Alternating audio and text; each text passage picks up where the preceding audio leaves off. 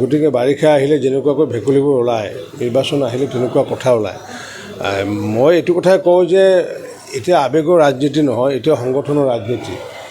ভাৰতীয় জনতা পাৰ্টী যেনেকুৱাকৈ micro' management বা সংগঠন কৰি পেলাই আগুৱাই আহিছে, গতিকে এই যে তৃণমূল পৰ্যায়ত একেবাৰে বুথ পৰ্যায়কে আদি কৰি একেবাৰে উচ্চ স্তৰলৈ যি সংগঠনৰ যিটো স্থিতি, ভাৰতীয় জনতা পাৰ্টীৰ যিটো স্থিতি, সেই স্থিতিৰ সমানে টক্কৰ দিব পৰা কোনো ৰাজনৈতিক দল নাই। আৱেগিকভাৱে হওক, বিভিন্ন ধৰণৰ মানুহে কথা ক'ব পাৰে, কিন্তু মই এইটো নিশ্চিত যে আগন্তুক দিনত নিশ্চিত ওপৰত অসমত ভাৰতীয় জনতা পাৰ্টীৰ নেতৃত্ব চৰকাৰ হ'ব।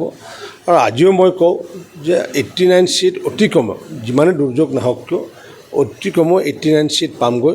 মাননীয় মুখ্যমন্ত্ৰী ডাঙৰীয়াৰ ইচ্ছা হৈছে কি যাতে চিট যাতে এশখন কৰিব পৰা যায়, তাৰ কাৰণে আমি কাম কাজ কৰি আছোঁ। সেই যুঁজটো তেওঁলোকে পূৰ্বৰ পৰা কৰি থাকে, কাৰণ কিয় যেতিয়া লোকসভা নিৰ্বাচনৰ সময়তো তেওঁলোকেতো এনেকুৱা কথাও কৈছিলে যে আমি যেন প্ৰায় 3খন বা 4খনে পাম, এনেকুৱা কথা কৈছিলে। কিন্তু অৱশেষত দেখা পোৱা গ'ল কি বাঢ়িলেহে আমি গৈ পেলাই 11খন পালোগৈ।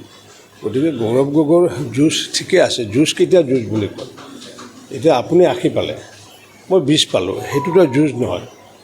এতিয়া আপুনি পালে 52 পালে, মই পালোঁ 50 পালোঁ, সেইটোহে যুঁজ বুলি কয়। গতিকে গৌৰৱ গগৈৰ যুঁজটো হৈছে কি 80ৰ বিপৰীতে 20। 80ৰ বিপৰীতে যদি 20, সেইটো কোনো প্ৰতিদ্বন্দ্বিতা বুলি নকয়।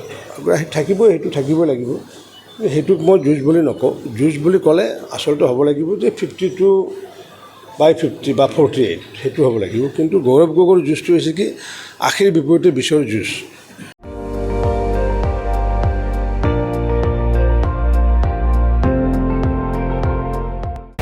আপুনি চাই আছে ND24, সৰ্বশ্ৰেষ্ঠ নহয়, সৰ্বোত্তমৰ দৌৰ।